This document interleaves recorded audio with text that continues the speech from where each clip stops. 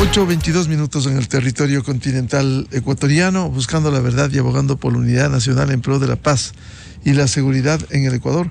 Queremos dar la bienvenida a nuestros siguientes invitados: el ingeniero Fernando Benalcázar, experto en temas mineros, ex viceministro de Minas; el periodista investigador Franklin Soria, un reconocido comunicador, especialista en temas mineros, que siempre nos ilustran no solo con sus reportes, sino con sus publicaciones. A propósito, recibimos el tema de una publicación, Roca de Sed y la prensa minera, integración y pensamiento minero. Hay un problema instalado que cada vez es peor en el Ecuador. Cuando conversamos reservadamente con altos jefes militares, y también lo han dicho en público, el tema de la explotación irracional de minerales en el Ecuador realmente está causando serios estragos. No solo lo que se difunde, lo que se publica periódicamente, el descubrimiento de esta explotación ilegal e irracional, sino también los militares ingresan, como es el caso de la región amazónica, la frontera norte, el austroecuatoriano, la frontera sur. Ingresan, desarman, detienen, salen y vuelven los mismos sectores. Aquí hay en general una falta de presencia del Estado, no solo de Fuerzas Armadas, del Estado ecuatoriano, de los gobiernos autónomos descentralizados, de la Agencia de Regulación y Control. ¿Qué hacen? El Estado debiera actuar de manera conjunta, al unísono, para enfrentar a esta explotación irracional que causa serios daños, a diferencia de la minería legal, que requiere los controles estrictos y debidos del Estado, licencias ambientales, pero que al final genera recursos, genera impuestos. Los otros no, explotan, con un hecho mucho más grave. Se presume aliados a organizaciones delincuenciales, a los GDOs, los grupos delincuenciales organizados, que han cobrado la vida de alcaldes, para citar lo último, aquí en el austro y en el sur del país. Ha cobrado la vida porque han sido asesinados. Con estos antecedentes, ingeniero Fernando Benalcázar, ¿cómo enfrentar este momento y estos grupos que están causando serios estragos en el país? Buenos días, Miguel. Buenos días a su audiencia. Un gusto estar aquí. Buenos días, Franklin. Creo que la respuesta debería ser evidente, pero no lo es. El Estado, al momento y en los últimos años, se ha visto corto de recursos y de habilidades para poder intentar combatir a la extracción ilícita de minerales. ¿A qué me refiero? Perdón, el problema es solo de recursos, de costos, que es importante, pero también de decisión política, de una actuación oportuna. Por ejemplo, la Agencia de Regulación y Control. Vamos allá. Cuando digo recursos, no solo me refiero al dinero, sino también me refiero al talento humano requerido y la capacidad que tiene una entidad que es la Agencia de Regulación y Control de Recursos Naturales No Renovables, que cubre 3 áreas: hidrocarburos, electricidad y minería. Y desde su creación como unificada en julio del 2020 a la fecha, ha demostrado no contar con esos recursos, resultado del proceso de integración, y que en ese mismo año, a finales de ese año, el Ministerio de Economía y Finanzas debía asignar recursos para la recontratación de 70 técnicos que salieron en la fusión. Y de esos 70 técnicos, apenas en el 23 se contrataron menos de 25. Es decir, tenemos un déficit que supera los 50 técnicos, y eso obviamente en campo, a nivel territorio, significa restricciones y limitaciones máximas. Otro aspecto importante es el tema de cuáles son las prioridades de seguridad que el país tiene y que se hicieron mucho más profundas en enero de este año, y los militares y los policías en dónde deben estar focalizando sus esfuerzos. Y no nos olvidemos que desde el 2011 existe, creado por el gobierno de Rafael Correa, una comisión especial para el control de la minería ilegal, misma que en el 2012 fue ratificada su existencia permanente por decreto ejecutivo, y solo en el 2017 un tercer decreto ejecutivo ratifica su existencia y se la actualiza en función de la organización que tenía el ejecutivo en esa época.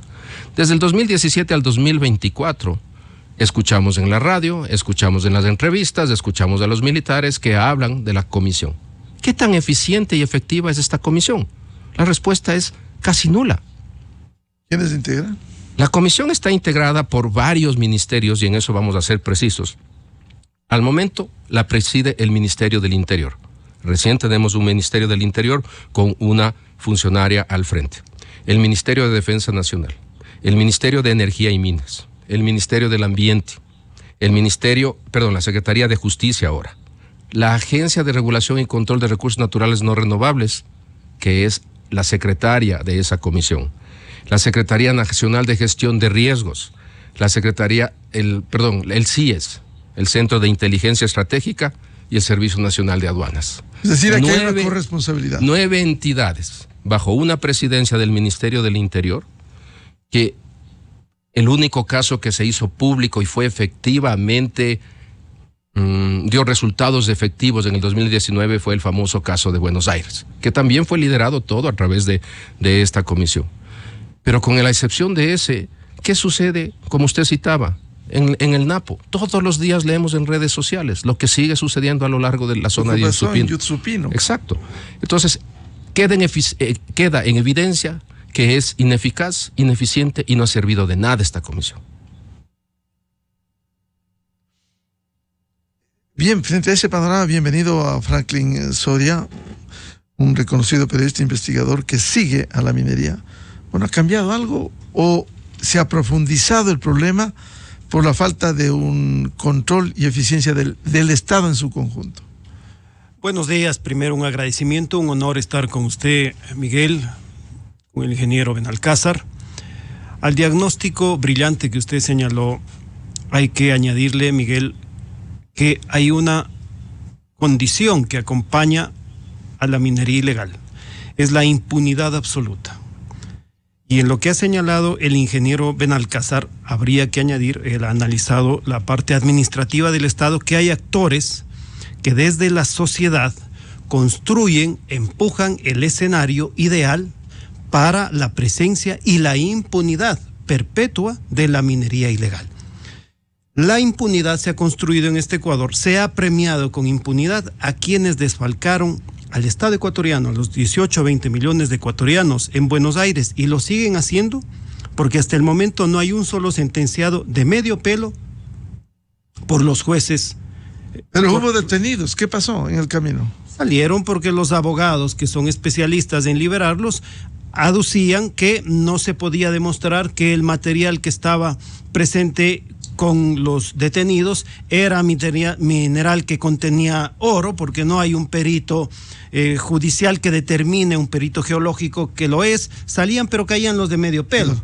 Abogados que patrocinan la impunidad, pero hay jueces, fiscales y jueces, no debieran actuar. Que los acompañan, y también hay actores políticos que acompañan y construyen ese escenario de impunidad y los escenarios sociales prestos para la minería ilegal. ¿Cuáles son estos? Son los famosos antimineros extremistas. Hay antimineros respetables, por ejemplo, teóricos como Alberto Acosta, pero hay otros que están en territorio que se ponen a calentar los escenarios, a impedir que las empresas legítimas concesionarias de pequeña, mediana y gran minería en el Ecuador no puedan proseguir con los planes que ha establecido un contrato que deben cumplir. Terminan calentando ese escenario, acompañado muchas veces, esto no se ha dicho, de los registradores mineros de cada provincia, que empiezan a construir laberintos jurídicos, sobreponen derechos mineros sobre derechos mineros, creando un escenario de confusión.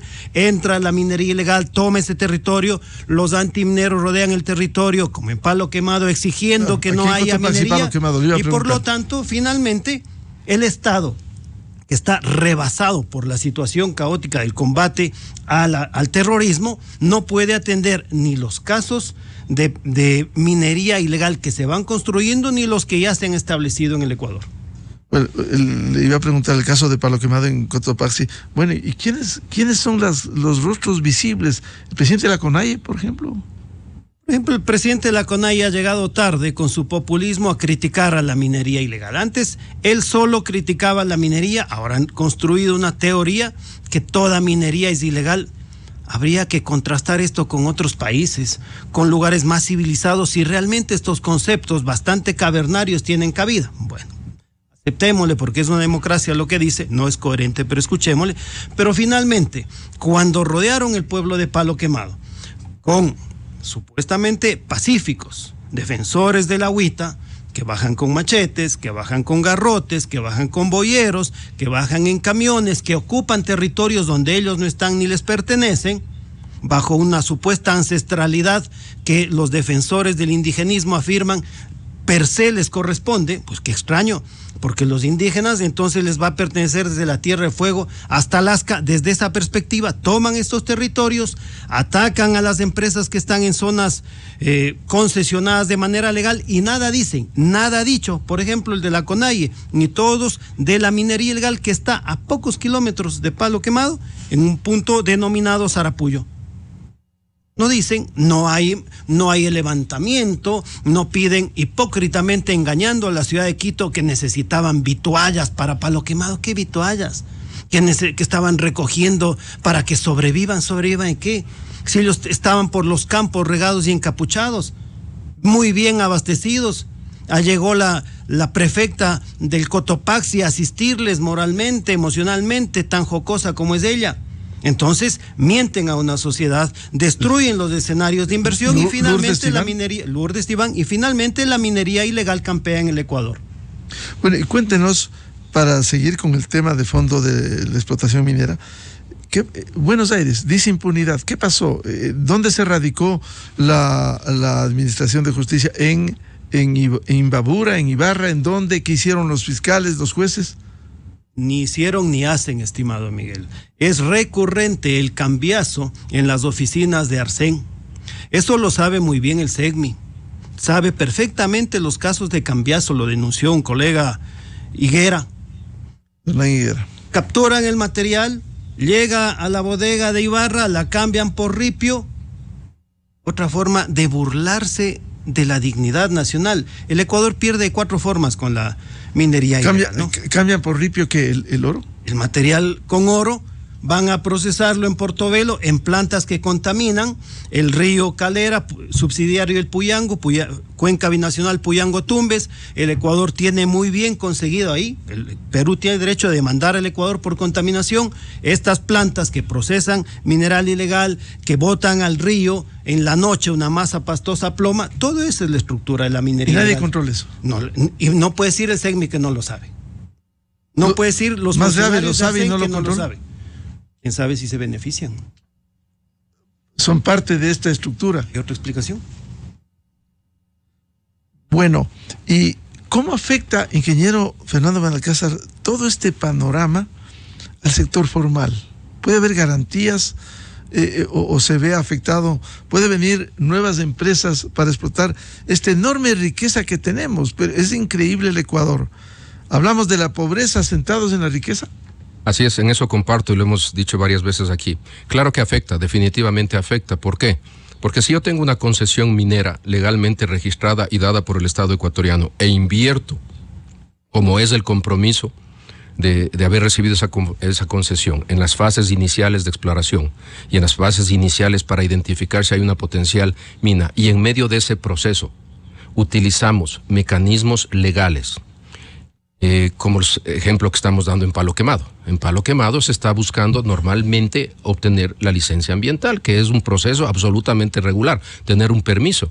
Y aprovechamos de eso a través de grupos de oposición antimineros en todos sentidos, en este caso liderado por la persona que usted hizo referencia, y buscamos suspender el proceso.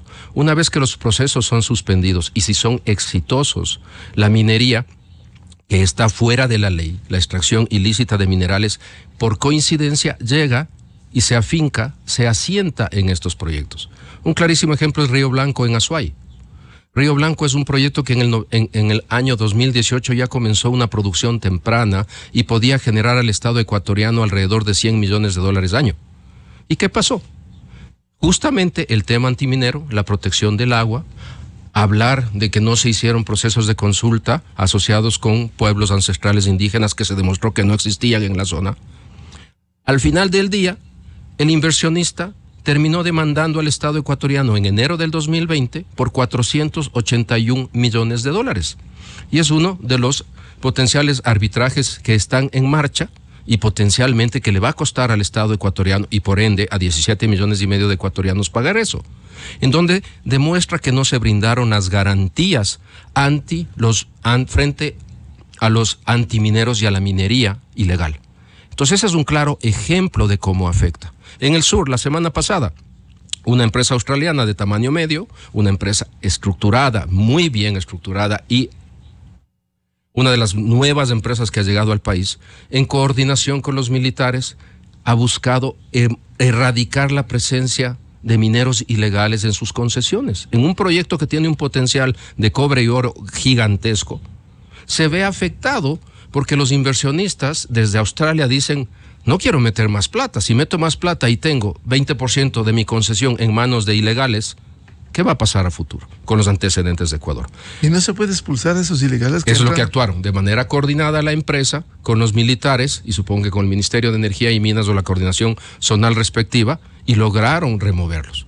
Lo grave es que eso sea sostenible en el tiempo, como fue en el caso de Buenos Aires, porque se requiere tener inversión tanto de la empresa cuanto del Estado. No nos olvidemos lo que inversión permanente, control permanente. Correcto. No nos olvidemos lo que hicimos en la industria petrolera en la época de los 80s y los 90s.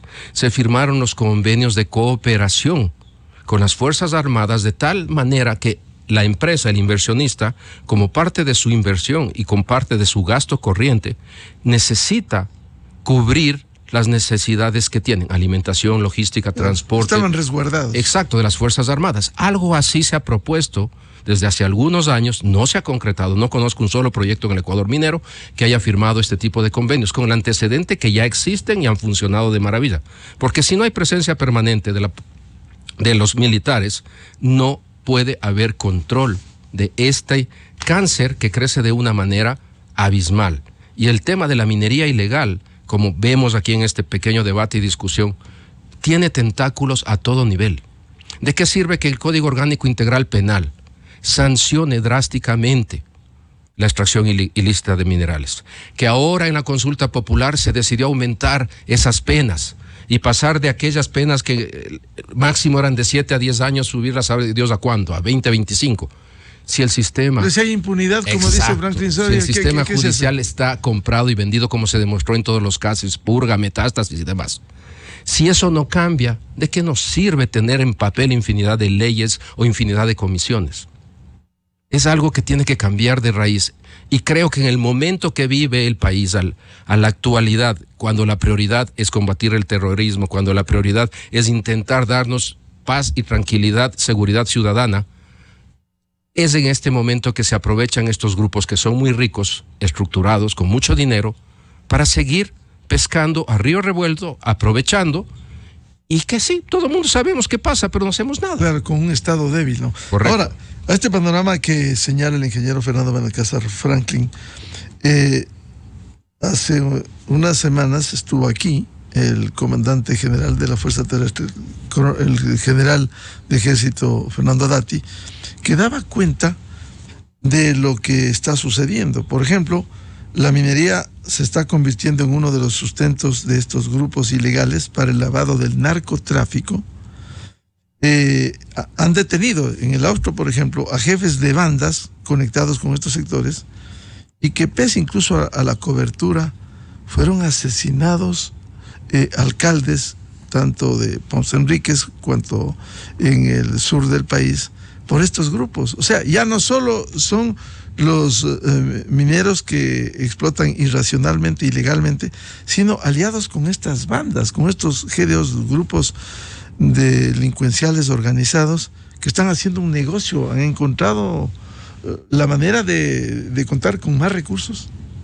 Sin duda, pero hay que señalar que históricamente los GDOs llegan tarde al negocio de la minería ilegal, lo toman por supuesto como ellos lo pueden hacer con la violencia, pero no se puede remediar un problema de la minería aplicando un tratamiento epidérmico como es el hecho de los operativos, que están muy bien, que se deben hacer, que si se pudiesen hacer, deberían hacerse de manera extrema, todos de una sola vez, para poder crear un precedente. No se puede por las limitaciones de este y de todos los estados, pero entonces sugerimos, lo hemos sugerido yo, reconociendo al presidente Daniel Noboa la voluntad efectiva, pragmática de combatir la minería ilegal, pero no solo se puede combatir este fenómeno desde el efecto visible que es la floración, el foco de minería ilegal, sino desde las causas. Una de ellas, hemos señalado,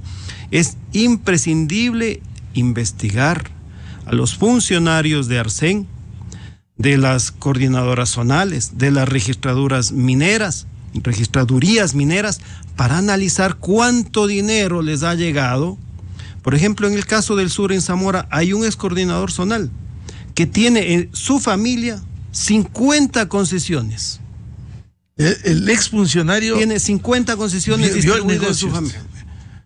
Entonces, también hay que depurar un catastro que estuvo listo para ser depurado en el 2020, pero que las posteriores administraciones del Viceministerio de Minas lo han postergado, lo han desdeñado. Entonces, si el presidente, a quien reconocemos la voluntad de combatir la minería ilegal, solo aplica el tratamiento superficial de los operativos, pierde la posibilidad de atacar las causas, sino investiga a los funcionarios del Arsén, básicamente, sobre todo de la ultimísima gestión. Segundo, depura el catastro. Ahí podríamos tener una disminución sustancial desde la institucionalidad. El hecho de que hayan llegado los grupos delincuenciales al manejo y control de zonas mineras adolece ya de un fenómeno que es nacional, pero que no se podría resolver desde la minería ilegal, porque esto es una estructura muchísimo más compleja. Entonces, para quitarles al menos el negocio de la minería ilegal, vayamos desde el Estado, depurando el catastro, depurando los funcionarios de Arsén, de manera que cuando llega a Quito la información, no llegue la información desviada. En el sur, desde Guayaquil hasta Machala, todo el mundo sabe que Camilo Ponce no lo controla el Estado. ¿Sabe eso el presidente? ¿Quién controla eso? ¿Las bandas? Los militares entran, hacen operativos exitosos, toman presos, pero salen porque ese no es su papel y vuelve de nuevo a eso. ¿Se puede conocer este exfuncionario que tiene a su familia en estos negocios en el sur del país? El funcionario en cuestión me parece que es de apellido Agreda, y esa investigación se realizó. ¿En qué gobierno fue funcionario? No sabría decir, pero ya tiene unos 7, 8 años de... Ahora es un boyante empresario de la minería ilegal. O puede ser legal, pero construyó 50 concesiones alrededor de él. Y eso lo tiene el Estado. Esa es información que eso el sabe Estado el me Estado. Ha nutrido. ¿Tiene? Yo leí el informe del Estado, o sea, no es una investigación mía. El Estado tiene, pero no actúa. Por supuesto. Ingeniero Fernando Benalcázar, ¿cuáles son las salidas frente a este panorama? Tanto hemos hablado del catastro minero, los diálogos que hubo cuando pretendieron de nuevo incendiar Quito, estos sectores, al final quedó en nada. ¿Cómo camina el catastro minero para contar con una base? Gracias por la pregunta, Miguel. Creo que es la quinta vez que hablamos de ese tema aquí. No es una crítica al programa, es una crítica a la realidad que vivimos. No hay salidas, o sea.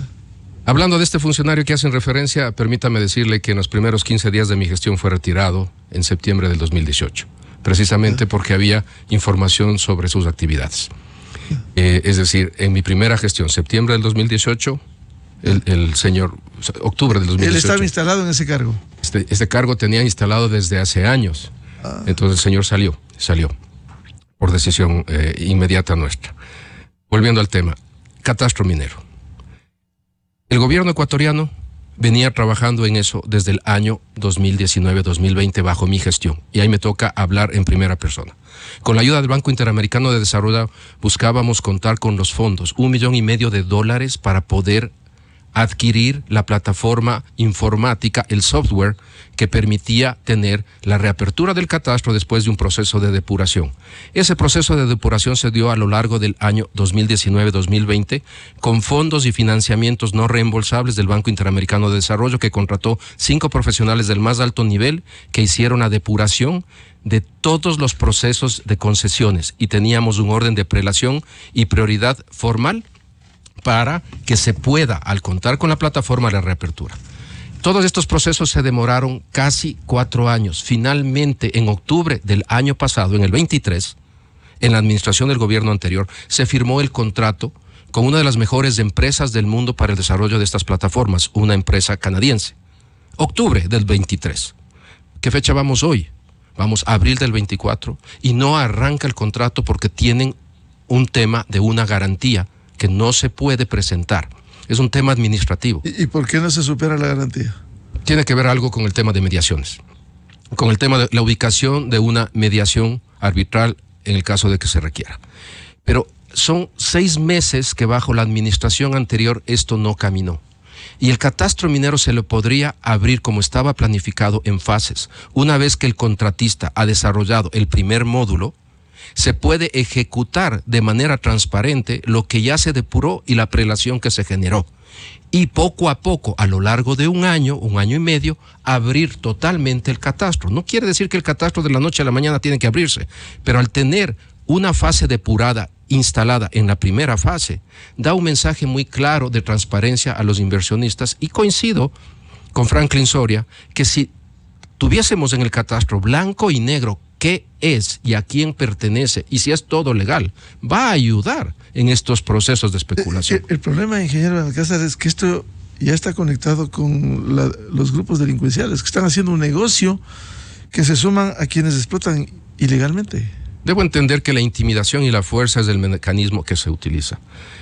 Cuando hablamos de los 2 últimos eventos en los que los alcaldes en sus campañas hablaban de buscar controles a la extracción ilegal de minerales y poner controles que otras entidades con el Ministerio del Ambiente, en el caso de Portobelo, no hacen nada. Correcto. Y eso lo puedo decir con conocimiento de causa. 2018-2019 buscamos interactuar con el Ministerio del Ambiente porque es la única entidad que puede manejar el tema de daño ambiental concreto. Y en Portobelo, en donde se ubican la mayoría de plantas de beneficio, para que el radio escucha nos entienda, las plantas de proceso, en donde reciben estas rocas ricas en minerales y mediante procesos físico-químicos extraen los metales preciosos. Esto se llama planta de beneficio. En Portobelo tenemos un problema que arrastramos con una demanda internacional de Perú por la contaminación de la cuenca del río Puyango. Y es tal como lo describe Franklin Soria. No se ha podido controlar ni se controla. ¿Por qué? ¿Por qué si la máxima autoridad ambiental podría suspender y parar no hay voluntad estas política plantas? o son cómplices de esto. No se hace nada. Entonces, ¿qué pasa? Un alcalde y otro alcalde, el de Ponce Enríquez y el de Portobelo, la semana pasada, a día seguido, fueron asesinados. Y se identificó claramente el grupo que lo hizo. ¿Por qué? Porque tenían un discurso político de que van a parar esas actividades. Y creo que la consecuencia de eso es lo que vimos. Entonces, esa parte del país requiere declararse en estado de emergencia formalmente, porque si no se toman acciones y decisiones radicales, casi se ha ido de las manos y el poder ya no está en el Estado. Franklin Soria, ¿cuáles son las salidas frente a este panorama complejo y difícil usted en las coberturas que ve?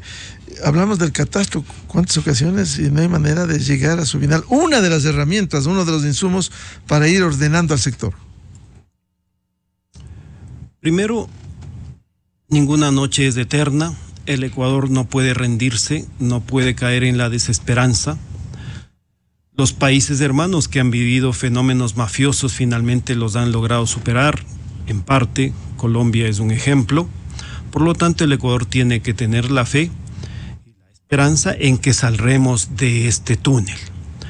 En el tema de la minería ilegal, el proceso de desmantelamiento de la minería ilegal debe empezar casi adentro. Depurar los funcionarios, depurar el catastro, luego de aquello exigir también a las empresas que presenten denuncias sobre los casos de extorsión que ellos reciben, los empresarios mineros, porque si no lo hacen los afectados, es un poco fantasioso esperar que lo hagan terceros.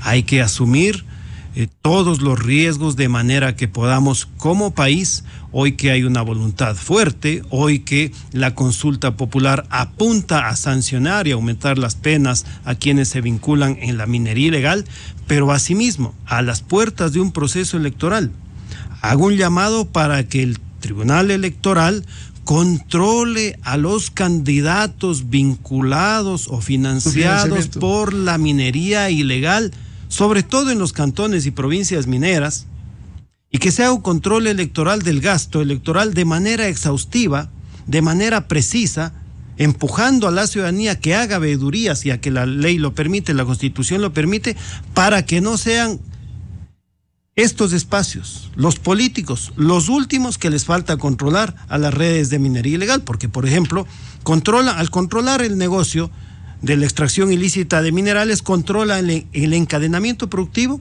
y la economía de los cantones, parroquias y acaso provincias. Les falta el político.